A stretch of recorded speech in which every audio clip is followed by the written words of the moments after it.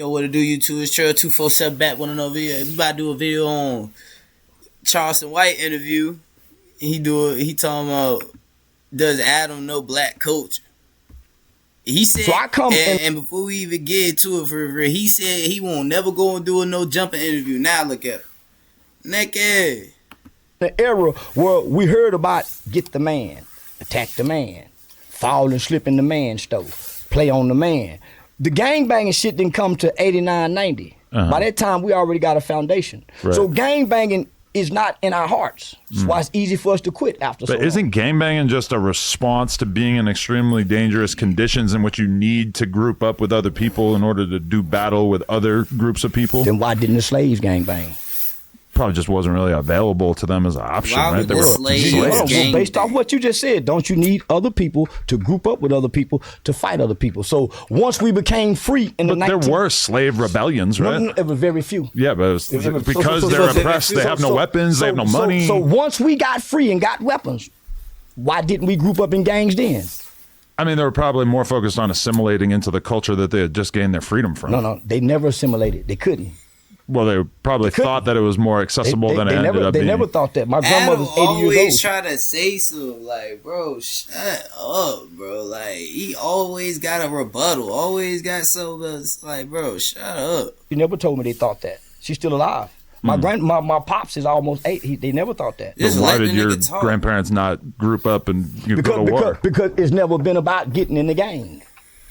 It's about building your family. But when we say gangs, we think about gangs fighting against each other, not like fighting against the people that are controlling them. Sure we do. When I think of gangs in New York, those people fought against each other. Those were white people, Italians, Irish. Yeah, they wasn't black. And they were way more dangerous and violent than these today's gangs. Don't you think about that so much of that is because it's like we accept the structures within our societies, and most of us don't really feel as if we have the power to control the society we live in. Black people do not accept the structures of society. That's why we go to jail for committing financial crimes. That's why when we go to school, we don't pay attention in class. Right. That's why we go to ISS. That's why we get kicked off the football team, because we don't fit into the structure. We have way more power. That's why we sell dope when the white men say we can't sell dope. That's why we pimp and go across the state line when they say don't. So we have the power to do whatever we want to do. They have the power, but it's like most of us don't really think about the world as if we're going to be able to just commit crimes until we change the social order. We do. It's called ball till you fall. Hey, look, I ain't gonna lie. I ain't agreeing with everything he just said, but you can, to a certain extent, do what you want to do. You feel me? Like, you can do what you want to do, but you can't just sell. What he's saying, sell dope and shit. He tripping. We got music that teaches ball till you fall. But isn't that the opposite of what we're talking about? No, that's balling until you die. Well, you're trying to make sense of people who don't have sense, and I'm saying no. Our people had greater sense than what you're trying to give them for. Well, don't you think? No, our people thought greater. They built Black Wall Street. Why are you saying people who don't have sense? Our people built Black Wall Street. Gangbangers don't have sense. They can't build nothing. They can't manufacture nothing. Black people created some of the things that's mostly been invented, from the stoplight, the cotton gin. What you mean? We didn't think to create gangs. Peanut butter. We thought to be free under worse conditions. We made peanut butter. We're under better conditions. We're freer. Why would we join gangs and they didn't? Yeah. I don't know. I mean, there are a lot of minority groups in our country that didn't really like gravitate towards the whole gang thing. But then there's a lot of non-black groups that did. The mafia. Well, we never had a mafia because we never wanted to be gangsters. Mafia. I mean, gangsters extort themselves. Black people never extorted one another. We had a community. LA kind of known for extorting one another. Before gangs started, you gotta think all the black people that came. Adam is I hate this dude. He talking about, that's kind of what he did. Like, shut up. From the South, they built Watts, California. All them vibrant black towns, all them vibrant black places in LA before gangbanging started. Why them people didn't gangbang and it was vibrant here then? Yeah. No, that's a good question for sure. You know why? Because their children didn't have a struggle. The gangbanging children didn't come from gangbanging because they was in impoverished conditions. They could walk the neighborhoods and go get an apple off the tree. But don't you think that the gang shit is like a reaction to just feeling hopeless in your life in general? Not necessarily that you're being like violently oppressed on a day-to-day basis. When I look at them niggas in prison and they join the gangs and they fighting, and what they fighting about in jail, catching phase. They don't look hopeless. When they on here talking about how they live their gangbanging life, they don't look hopeless. They seem like they're bragging about it. They got pride in it. When I go to the hood, they got love for it. When I go to the hood and I see like, a group of 16-year-old kids sitting around in an alley just like waiting for somebody to come through so they can shoot at their car, these are people who feel hopeless. They feel as if there's no college career path for them. There's no way that they're going to be able to go get a high-paying job and be able to make 6 figures a year. Have you done a qualitative study? That is how people think, but that isn't exactly how people think, Adam. People are living in those conditions because they don't got no choice, and they thinking, oh, I can get rich off rapping. You feel me? I can get rich off YouTube. I can get rich off. You feel me? That's what they thinking, bro. Like, you just a goofy, bro. Like, you don't understand us. That's why they call you a culture vulture. Talk to them and see why. I mean, this is obviously anecdotal, but these people don't really pursue those opportunities. I'm telling you why. You're saying, obviously, from some kids sitting in the, alleyway waiting to shoot at a car. Why they not robbing the bank? If they're hopeless, why they not robbing the bank? Probably because they just view that as being like very low, small chance of success. Why not rob the local guy that's selling weed? Why not be breaking into a house? They probably do that. So breaking houses, that's very common. So why sit in the alley waiting to shoot at nobody? Why not go get a job? Well, it's part of being in a gang. You got to protect your area, right? No, I've never heard that. Ever. I've never heard that. I mean, the motherfuckers are patrolling for that purpose. No. They're patrolling to extort each other. I would say more often than not, they're patrolling to just protect the block. So how about this? How about you wake up and go spend some time with those 16-year-old kids? Exactly. See what condition that their home life is. See what they do when they wake up in the morning, and tell me how hopeless they is if they got a phone. I already kind of know what they do. They hang out in the neighborhood. Well, you sound like most typical arrogant white man that try to look for niggas from up there. Why is Charleston white with a dude with a ski mask on look like he be shooting? Like, what the fuck is going on, bro? Like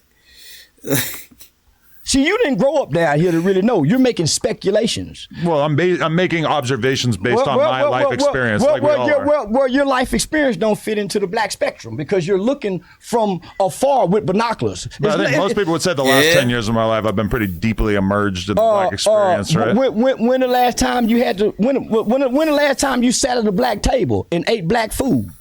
In a black household. I have been to restaurants with black people. I didn't ask you a restaurant. We don't go over to people's houses out here. There you go. So you don't know niggas. We don't go to people's houses. You have to go to their house to know them? Yes. If you don't go into a person's home, a person's village, how can you know their culture? In L.A., we don't really go to people's houses. L.A. ain't black. It's Mexican. We got a lot of Mexicans and we got a lot of blacks too. Yeah, so basically what I'm saying here, you really don't know black people just listening and talking to you. Just because I haven't been to their house to eat dinner? No. So we can't just like go to Denny's? Well, this is what I'm saying. You say observation, but where are you observing from? Going to people's neighborhoods, doing vlogs and shit. There you go. So you go into their neighborhood and you figure these guys is hopeless, but they got their cameras on. It's not like I think they are hopeless. I think they feel hopeless. No, they don't feel hopeless. They feel good. They feel high because most guys are high. Most guys are on drugs, and when you get drunk and you get high, the hopeless that you feel goes away. I mean, now if you're a 16-year-old kid smoking weed and numbing yourself all day, you're not hopeless. Pills and you're not hopeless. You're having fun. It's not. You're having fun. Most kids are experimental. Yeah, but you're having fun in the moment by doing something that's kind of separating you from the more long-term opportunity. It's fun getting high, guys. Right. If you start popping perks every day in high school, you're not probably on the path to becoming a lawyer. Well, that has nothing to do with you coming on the path to becoming a lawyer. You're not hopeless if you're getting high every day. For one, you got money to get high. So how can you be hopeless and you got money to get high? There's a lot of ways to get high that are pretty inexpensive. Well, if you can get high, you're not hopeless. You're doing what you want to do. I would say getting high leaves you just as hopeless as you would be otherwise. When you're hopeless, suicide is on the option, not getting high. When you're hopeless, suicide is on the option, not getting high. But getting high is for recreation. A lot of drugs are kind of like getting high out suicide. No. If you start doing fentanyl every day, isn't the end result you dying? I know some motherfuckers want to get high every day with fentanyl. They want the fentanyl just go make them die and come back to life like Michael Jackson was doing every night. Right. Michael Jackson was loving doing that purple pole, going there and crazy. Coming back. It's a motherfucker want the heroin and go almost called the overdose. Why? That's where they're going to go buy it from. They want the deadly dope. I ain't gonna lie, I know some motherfuckers that's just like that, bro. Like, literally want the strongest It ain't because shit you're you can depressed get. and hopeless. You want to feel good. This is what you like to do. You enjoy the feeling. Come on, man. It's called choices and decisions. Your conditions don't determine your choices. But a rational father is not going to sit around and do Percocets all day because he feels like he has an opportunity and he has important things to do. Those are the things that stop people from just sitting around doing drugs. I know some guys get high every day and get up and go to work. I know some white boys shoot dope, do perk, smoke crack, do cocaine, and they the best goddamn lawyers you can find. So I do know some fathers get high every day. I know some mothers come home from teaching school, fix the kids' food, get high and drunk every day, and she's a loving mother. But isn't the kid or the career a reason to not get that high? Nope. It's hard to be a good dad if you're getting I know some day. motherfuckers get up loaded. We watched a real life movie of an airplane where Denzel Washington was a pilot getting high every day. Turned the plane upside down, landed the motherfucker perfect, then got high to go to the court hearing. Real life shit. Snakes on the plane. No. This is a real life story. It's called Flight. It's a real life story of a real pilot who went to jail, served time, got high again to get normal. It's some people have to operate in their normalcy, getting high, and they are functional at this. Well, I spent most of my life smoking shitloads of weed, and I've been very successful. We're not talking about you, though. We're not talking. No, I didn't spend most of my life smoking weed. But you've been smoking a lot of weed since you've been successful, right? I've been smoking weed, since I've been successful. And you've been. He's trying to like act like smoking weed is like, bro.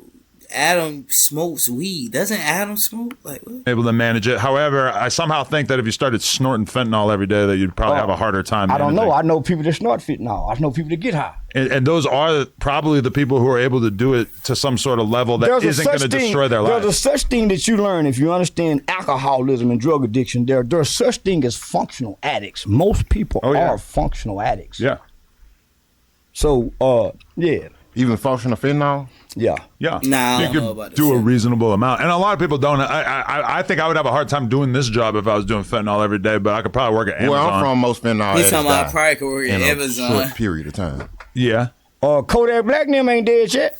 He say he f***ing with the fake perks. Yeah. It's fentanyl and everything. Man. It's fentanyl and everything. So any hard drugs you doing, nigga, I know motherfucker been doing hard drugs 40, 50 years. Yeah, that's why you never see a crack addict die.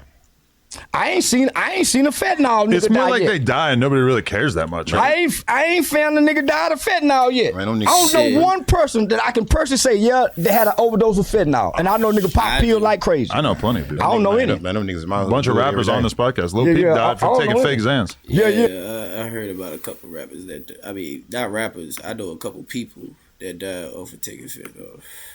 We gonna go ahead in the video. Y'all hit that like button, that sub button, that hype button, man. No one on the way.